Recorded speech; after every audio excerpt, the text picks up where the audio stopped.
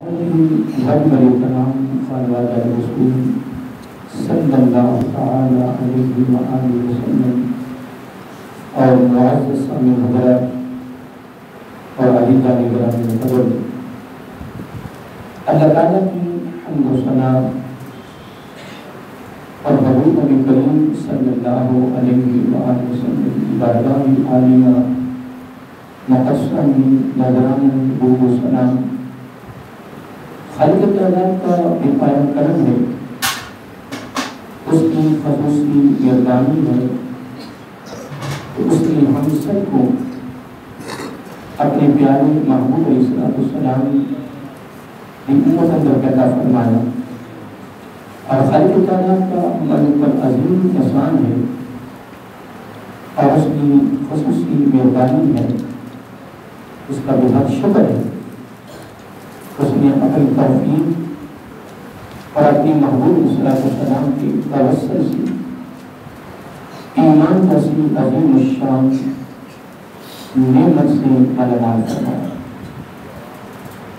الحمدللہ ہماری خوش نصیبی ہے کہ ہم اس وقت یہ علاقہ اسلام و اسلام کی حال کے شہزادوں کی بارگاہ میں حاضر ہیں۔ اللہ تعالیٰ ہماری حاضری کو ہم سب کے لیے آقا علیہ السلام کی اہل ایمان امت کے لیے بخشش کا ذریعہ بنائے اور خوش فرمائیں۔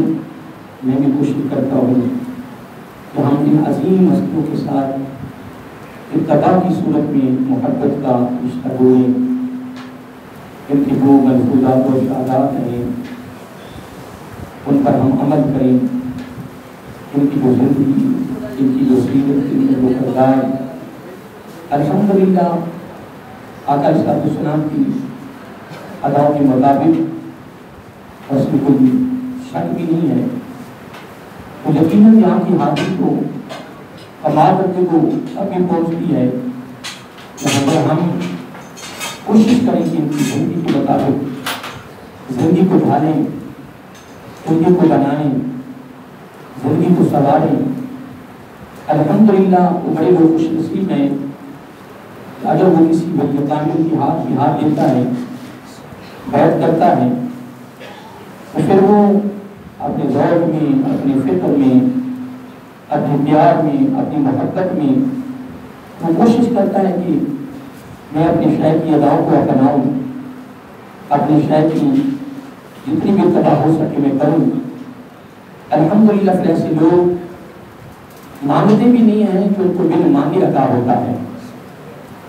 مانگنا بھی کمال نہیں ہے، اور میں منع بھی نہیں کر رہا کہ کوئی اقرار کرتے کہ تم نے کیوں کہا ہے، لیکن میں نے ایک مرتبہ ایک قول سنایا تھا کہ امیر المومنین حضرت علی المرتضیٰ حیدر قرار رضی اللہ تعالی عنہ آپ نے بڑی کمال بات فرمائی۔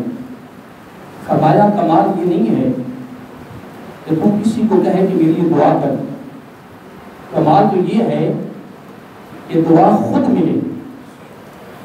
تو والدین کی خدمت کر، اپنے استاد کی خدمت کر، اپنے شیخ کی خدمت کر، اپنے بڑوں کی خدمت کر، اور پھر خدمت میں اس طرح میں ہو جا، اس طرح گم ہو جا کہ ان کے پیار میں، ان کی محبت میں، ان کے حکم کی تعبیر میں اس طرح میں ہو جا کہ تمہیں کہنے کی ضرورت نہ پڑے، خود ان کے دل سے تیرے لیے دعائیں نکلیں۔ اس لیے آپ فرماتے ہیں کہ دعا منگوائی نہیں جاتی، دعا لی جاتی ہے۔ اصل میں کمال یہی ہے۔ تو دوستو ہماری خوش نصیبی ہے کہ ہم ان عظیم ہستیوں کی بارگاہ میں حاضری دیتے آ رہے ہیں۔ اللہ تعالیٰ کی سانس تک ان عظیم ہستیوں کی بارگاہ کی حاضری ہم سب کو نصیب رہے، ان کے قدموں میں موت آئے، قیامت کو انہیں کی مائیت ہو، ان کی وفاقت، ان کا ساتھ ہم سب کو نصیب ہو جائے، اور یہ بہت بڑی دولت ہے۔ تو میں نے گزشتہ اتوار سے ایک نئے موضوع کا آغاز کیا تھا، تقویٰ کے اثرات کے حوالے سے، تقویٰ کی برکات کے حوالے سے، فوائد کے حوالے سے، اس کی تمیزی گفتگو میں چند ایک باتیں کی تھی۔ آج میں انشاءاللہ صحت کریمہ کی مناسبت سے انشاءاللہ میں گفتگو کا آغاز کر رہا ہوں۔ کئی وسیع گفتگو ہے، اور میں نے گزشتہ گفتگو میں جملہ بولا تھا کہ جن عظیم ہستیوں کی ہم بارگاہ میں حاضر ہیں، ان کی ساری زندگی تقوی پر ہی مبنی تھی۔ ان کی زندگی کا کوئی پہلو اٹھا کے دیکھیں، ان کی زندگی کے کوئی گوشہ اٹھا کے دیکھیں، ان کی زندگی کی کوئی طرف اٹھا کے دیکھیں، جس انداز میں بھی ان کی زندگی کو دیکھیں گے، ان کی زندگی کو پرکھیں گے اور ان کی سیرت کو دیکھیں گے، ان کے کردار کو دیکھیں گے، ان کے اعمال کو دیکھیں گے، ان کی اداؤں کو دیکھیں گے، الحمدللہ ان کا ایک ایک عمل، ان کا ایک ایک فعل، ان کی ایک ایک ادا اور ان کا ایک ایک بول اور ایک ایک قول، ان کی ساری گفتگو تقوی پر مبنی تھی۔ اور یقیناً جب آدمی تقوی پر چلتا ہے نا، تقوی کو اختیار کرتا ہے، پھر اس کی برکات بڑی ہیں، اور سب سے بڑی برکت یہ ہے کہ اللہ تعالیٰ اس بندے کے ساتھ خود محبت فرماتا ہے۔ تو پھر اس کے ساتھ رب محبت فرمائے، پھر اس کو دنیا میں بھی کمی نہیں ہے، اس کو آخرت میں بھی کمی نہیں ہے، پھر وہ دنیا میں بھی کامیاب ہے اور وہ آخرت میں بھی کامیاب ہے۔ اور یقیناً ہمارے لیے اس حاضری میں سبق یا درس یا فکر جو درد ہمیں مل رہا ہے نا، اور آج بھی الحمدللہ، کیونکہ میں تو حضرت عبدالوہاب شعرانی رحمۃ اللہ قول پڑھا، بہت معتبر کتاب لکھی انہوں نے، اور میں نے کئی مرتبہ یہ بات کی ہے کہ آپ نے بڑی وسوخ کے ساتھ، بڑی سن کے ساتھ بہت بڑے امام گزرے ہیں، بہت وقت کے بڑی کامل گزرے ہیں، سینکڑوں کتابیں کے مصنف ہیں۔ میں تو ان کو پڑھ رہا تھا، میں حیران ہوں کہ یہ وقت کتنا ان کے پاس تھا کہ بخاری شریف، مسلم، ترمذی، ان کو 15 مرتبہ لفظ بلفظ انہوں نے پڑھا، پھر ان کو بھی پڑھا، پھر اپنی کتابیں بھی تصنیف کتاب سینکڑوں لکھی ہیں اور بڑی بڑی کمال کتابیں لکھی ماشاءاللہ۔ کہ مطالعہ کریں، میں کہتا ہوں انسان کی زندگی بدل جاتی ہے۔ پھر مدرسے، اپنے ذکر کی مدرسے بھی لگتی تھی، پھر پڑھایا بھی جا رہا، اور باندھے وہ دن وہ راتوں میں کتنے، اصل میں دن ہوئی ہے، رات بھی ہوئی ہے، لمحات بھی گزر رہے ہیں، لیکن حضرت صاحب برکتیں نکل گئی ہیں۔ مثلا آقا علیہ السلام نے فرمایا نماز کی ادائیگی کریں، نماز پر نگاہ پڑھی، اس میں برکتیں تو بڑی ہیں، لیکن دو باتیں بھی مثال دے رہا ہوں۔ زندگی میں برکت آ جائے گی، جسم میں برکت آ جائے گی، کیا اس کی زندگی 80 سال تو 90 سال ہو جائے گی؟ نہیں، ایسا کبھی اصول نہیں ہے، رب کا قانون ہی نہیں ہے۔ ہاں اگر وہ دینا چاہے تو وہ دے سکتا ہے، اس کے اختیار میں ہے، وہ خود مختار ہے، لیکن بات یہ کر رہا تھا کہ قانون نہیں ہے۔ اگر عمر 80 سال ہے تو اس کی عمر 80 سال ہی رہنی ہے۔ حضرت آدم علیہ السلام کی تخلیق سے اگر قیامت تک آنے والے ہر شخص کی اگر روزی آدم علیہ السلام کی تخلیق سے 4000 سال، کتنے؟ 4000 سال آدم علیہ السلام کی تخلیق سے قبل قیامت تک آنے والے ہر شخص کی اگر روزی لکھ دی گئی ہے نا، تو روزی تو نہیں ملنی ہے، نہ اس سے زیادہ ملنی ہے، نہ اس سے کم ملنی ہے، نہ اس سے پہلے ملنی ہے، نہ اس کے بعد ملنی ہے، وہ وقت مقرر ہے، ملنی بھی اتنی ہے اور وقت پر ملنی۔ اللہ تعالیٰ کا نظام ہے، اس کے قانون ہے۔ جب اس نے دنیا کی تخلیق کی ہے، اس کے نظام کے اندر رتی کا بھی کوئی فرق آیا، وہ لچکائی نہ۔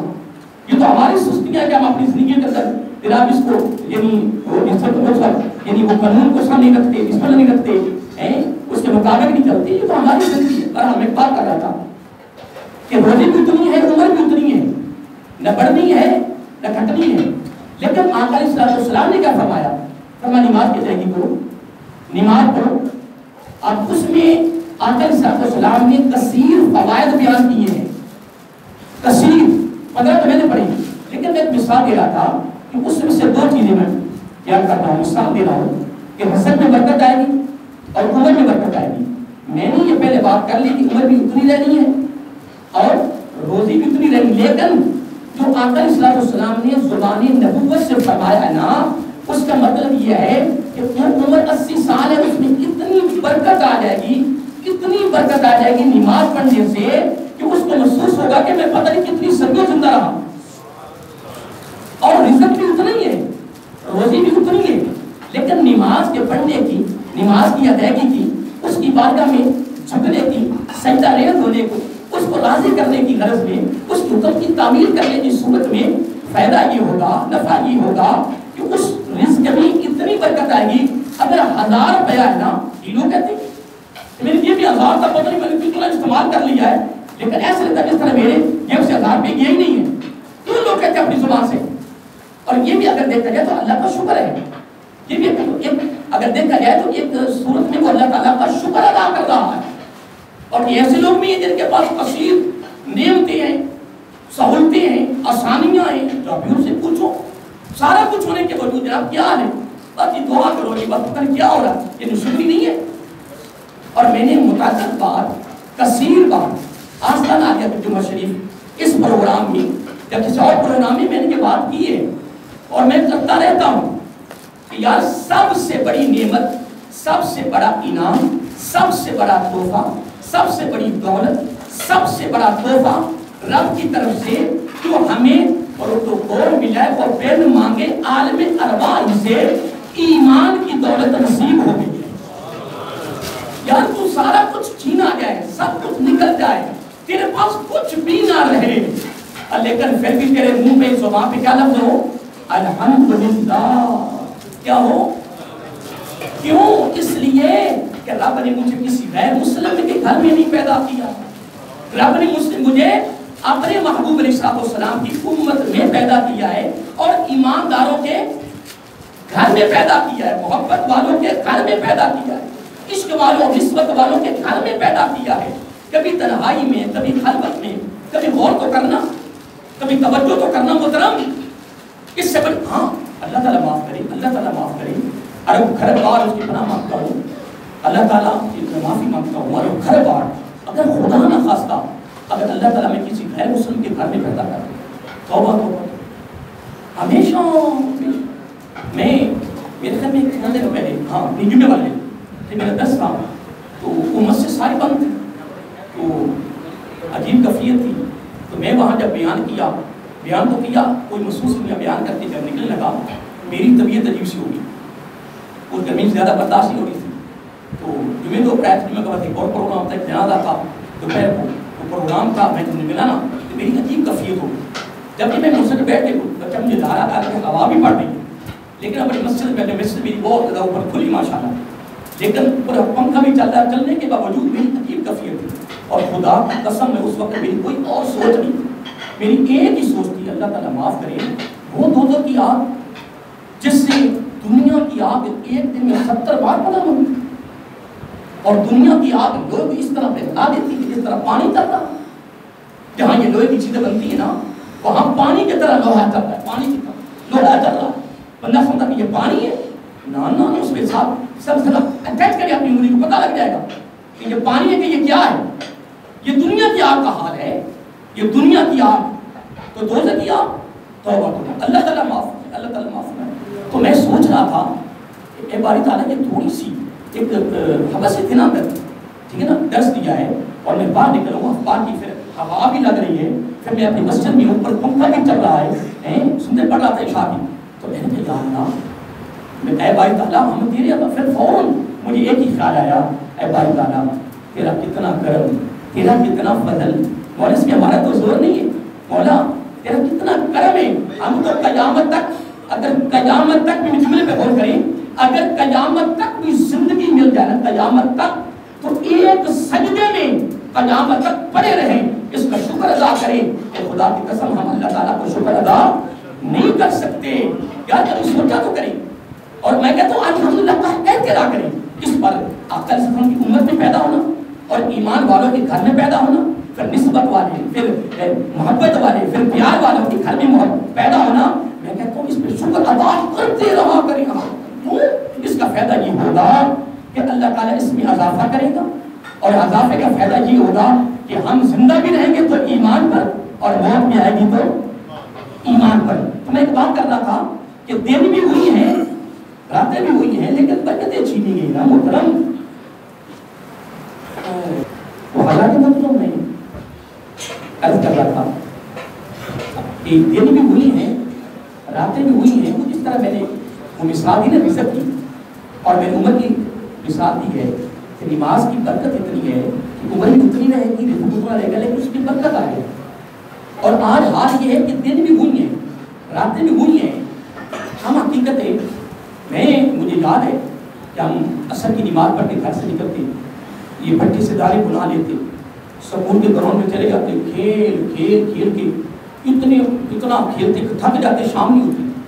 آپ کو گرمیوں کے اندر سر کی نماز پڑھ کے نہیں بیٹھے تو مسائل بیان کرو تو مغرب ہو جاتی ہے. یہ گرمیوں کا حال ہے.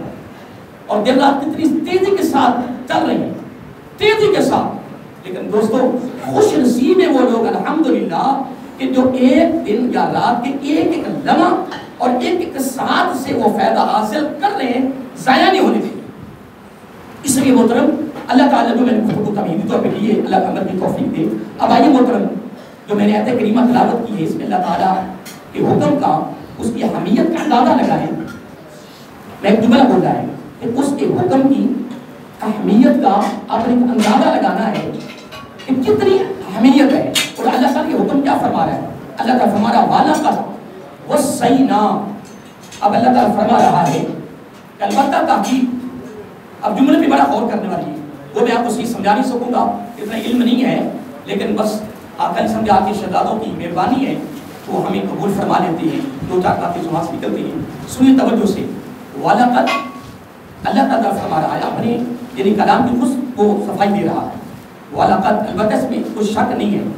وَصَّيْنَا ہم نے نصیحت کی ہے، نصیحت کر رہے ہیں ان کو. اب آگے جملے دو ہیں. فرمایا اوتوا الکتاب، جن کو ہم نے کتاب دی، کتاب والوں کو وصیت اللہ تعالیٰ کر رہا ہے. اور پھر آگے دو جملے ہیں من قبلکم، جو تم سے پہلے گزر چکے ہیں، جو تم سے پہلے گزر چکے ہیں، یعنی توریت والے، انجیل والے، زبور والے، جو اہل کتاب تھی. اب تو اہل کتاب کو ہم پہلے کتاب آج کہیں گے، لیکن ان کی کتابیں مکمل نہیں رہی. پھر یاد رکھیں کہ جب آقا علیہ السلام تشریف لا چکے ہیں تو اب پہلے نبیوں کی نبوتیں منسوخ ہو چکی ہیں. اگر وہ خدا کو مانتے ہیں، دیکھیے عیسائی رب کو مانتے ہیں، یہودی رب کو مانتے ہیں، جس طرح میں نے سکھوں کی بات کی تھی، وہ کہتا ہم رب کو مانتے ہیں، ایک کو مانتے ہیں، کسی کی پوجا نہیں کرتے. لیکن ہمیشہ یاد رکھیں رب کو ماننا اگر ڈائریکٹ مانتا ہے، براہ راست مانتا ہے، وہ ایک ہے، وہ وحدہ لا شریک ہے، توحید ہے نا. اس کو ایک ماننا توحید ہے نا. اس کو یعنی وحدہ لا شریک ماننا، اس کو شریک کو نہ ٹھہرانا. لیکن نا وہ رب کو مان رہا ہے تو وہ شرک تو نہیں کر رہا، لیکن ڈائریکٹ مان رہا، اپنی من مرضی کر رہا، اپنی مرضی سے مان رہا ہے. تو اس کا ماننا قبول نہیں ہے. اس کا ماننا تب قبول ہوگا جب وہ میرے آقا علیہ السلام کو پہلے مانے گا، پھر ان کے توسل سے رب کو مانے گا. یہ جملہ یاد رکھیں. دیکھیں اس میں اور بات شامل کروں. اللہ تعالیٰ اگر چاہے، وہ اس کے پاس اختیار ہے، وہ کسی بندے سے بات کرنا چاہے تو وہ کر سکتا ہے، لیکن اس کا قانون نہیں. اگر وہ کرتا ہے تو وہ بندہ تو نبی بن جائے گا. اگر اللہ تعالیٰ یہ قانون ہی نہیں ہے، نبیوں کا انتخاب ہو چکا ہے. اللہ تعالیٰ اتنی بڑی ہستی ہو کر وہ سارا کچھ بندے کو براہ راست دے سکتا ہے، باتیں کر سکتا ہے، گفتگو کر سکتا ہے. اس کا قانون نہیں ہے، اس کا نظام نہیں ہے. اس نے جو کچھ بھی بندوں تک اپنا پیغام بھیجا ہے، جو کچھ بھیجا ہے اپنے نبیوں کے ذریعہ سے بھیجا ہے. تو جو آقا علیہ السلام کو مان کر رب کو مانتا ہے، بس رب کا ماننا رب کی بارگاہ میں قبول ہے.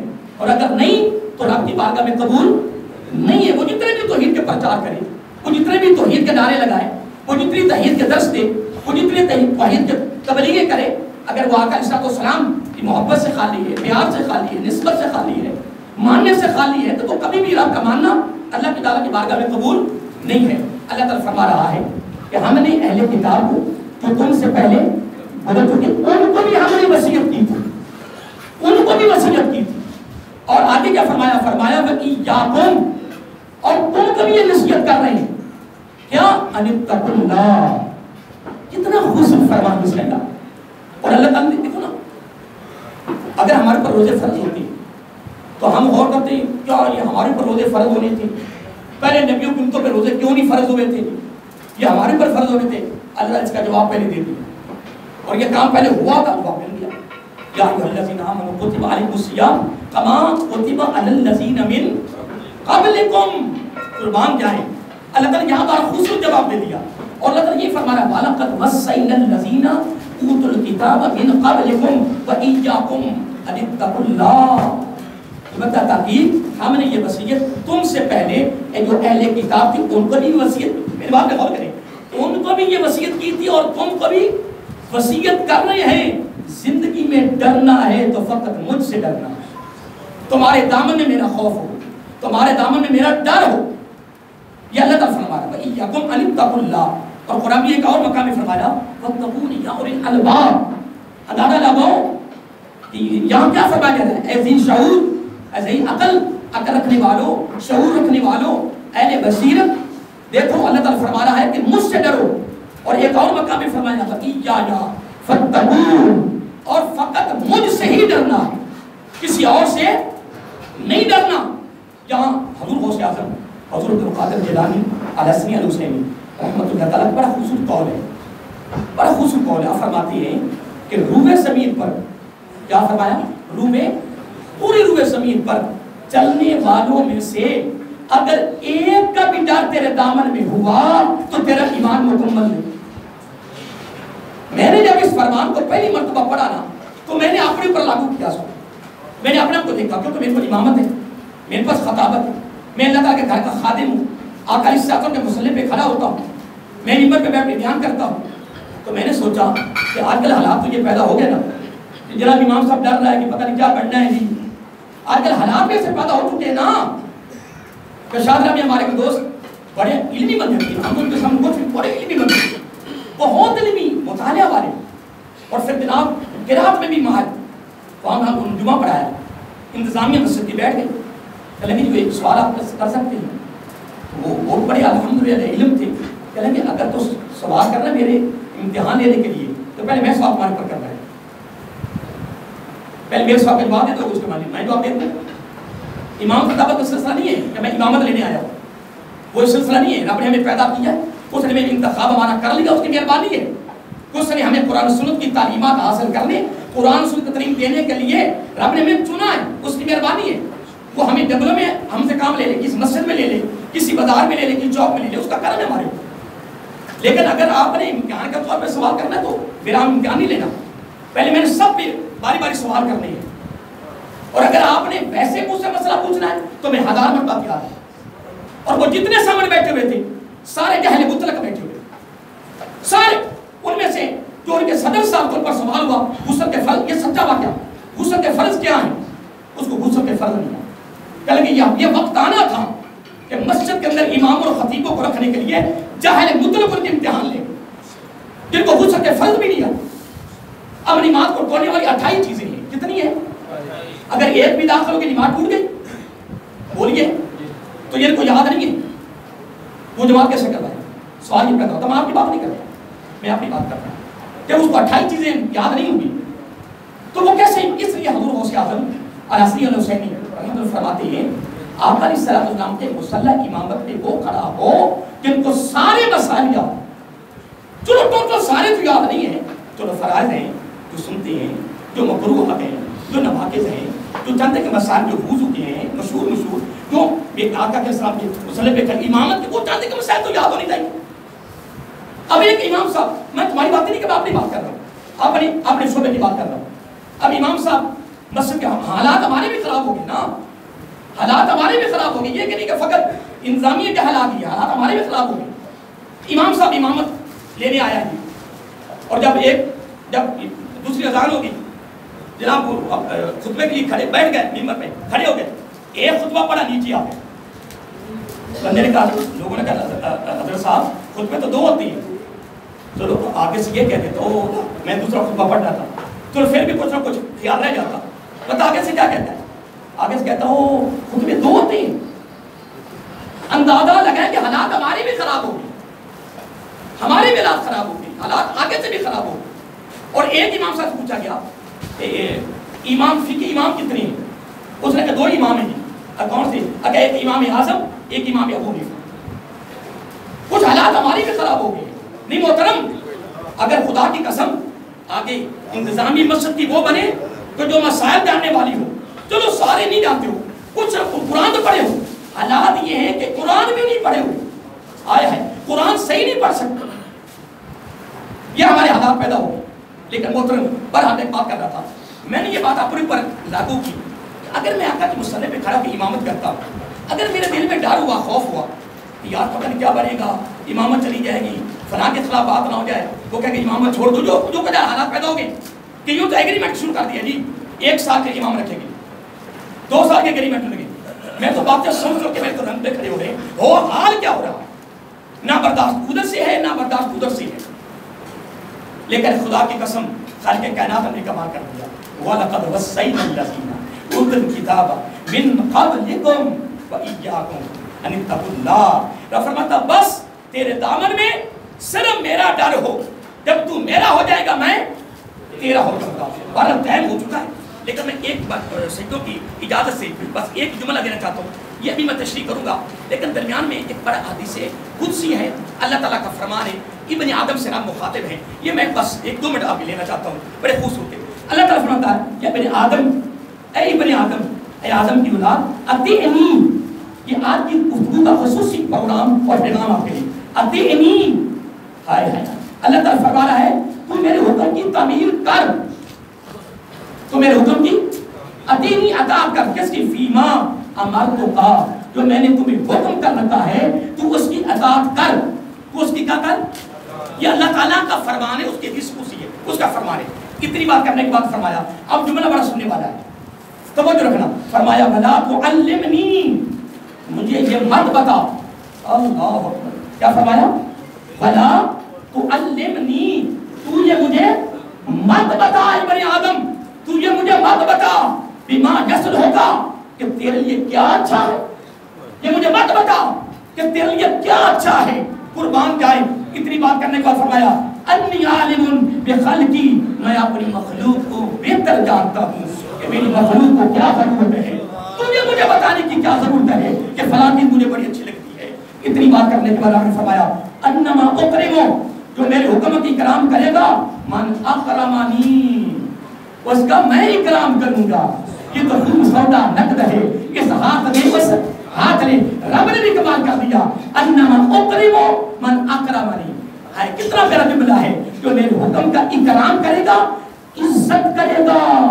میں عزت کا لفظ ادھر استعمال نہیں کر سکتا وہ رب ہے لیکن اس نے خود فرمایا تو میرے حکم کا اکرام کر میں تیرے حکم کا اکرام کروں گا. لیکن آخری جملہ ہے سننے والا ہے توجہ طلب ہے اور اس کو جملے کو سن کر پوری بین الاقوامی سطح پر آپ نے نظر جڑانی ہے کہ میں امت مسلمہ کا حال کیا سننا. وَلَسْتُ بِنَازِلٍ فِي حَقِّ عَبْدِي حَتَّى يَنْظُرَ عَبْدِي فِي حَقِّي. جب تک میرا بندہ میرے حق کو پورا نہیں کرے گا. اللہ اکبر. وَلَسْتُ بِنَازِلٍ فِي حَقِّ عَبْدِي. جملے پہ غور کرنا کوئی اس کی تشریح نہیں کر سکتا علم نہیں ہے. اللہ تعالیٰ فرما رہا ہے جو میرے حکم کی پوری تعمیل نہیں کرے گا حق ادا سر بولی حق ادا نہیں کرے گا. دوستو اگلا جملہ سن لیں پھر میں بھی اپنے گریبان میں جانتا ہوں تم بھی جانتا ہو کہ ہمارے ساتھ کیا ہو رہا ہے. فرمایا حتی ینظر عبدی فی حقی. میں بھی اس کے حق کی پرواہ نہیں کروں گا خیال نہیں کروں گا. میں ایک جملہ ضرور یہاں کہتا جاؤں گا. حضرت امام حسین رضی اللہ تعالیٰ نے میرے آقا کے امام ہیں میرے آقا کے شہزادے ہیں آقا کے گود میں پلنے والے ہیں کندھوں پہ سواری کرنے والے. سنو میرے آقا ان شہزادوں کے باپ ہیں ان کے خاندان ہیں وہی خون ہیں جن کی بارگاہ میں حاضر ہیں. کیا فرمایا کہ اگر تم رب کو ناراض کر کے لوگوں کی خوشنودی چاہتا ہے تو میں امام حسین کہتا ہوں رضی اللہ تعالیٰ عنہ رب 2 عذابوں میں تمہیں دنیا میں مبتلا کر دے گا. خدا کی قسم اس سے بڑا عذاب نہیں ہے. اللہ معاف فرمائے. میرے امام صاحب نے فرمایا کربلا کے شہید نے فرمایا میرے آقا کے شہزادے نے فرمایا جنتی نوجوانوں کے سردار نے فرمایا اگر تم رب کو ناراض کر کے اگر تو لوگوں کی خوشنودی چاہتا ہے پھر 2 عذابوں کی تیار ہو جا. پہلا عذاب یہ ہے رب اپنی نگاہ سے گرا دے گا رب اپنی نظر کو ہٹا لے گا. نمبر 2 پھر تمہیں لوگوں کے حوالے کر دے گا. لوگوں کے حوالے کر دے گا. اگر حقیقت میں دیکھا جائے اس حدیث قدسی کے روشنی میں یہ قول ہے اگر تم میرا حق ادا نہیں کرے گا تو میں بھی تیرے حق کی پرواہ نہیں کروں گا. دربار عالیہ خدمت تشریف سرکار کے شہزادوں کی بارگاہ میں حاضری دینے والوں دوستوں کچھ میں بیان نہیں کر رہا لیکن اس کی توفیق سے چند باتیں میری زبان سے نکل رہی ہیں. اس کو سرمایہ ہے یار اس کو دور سمجھو اپنے دامن میں رکھو اور ان عظیم شہزادوں کے زندگی کے مطابق زندگی بسر کرو تاکہ اپنے آگے پہنچاؤ.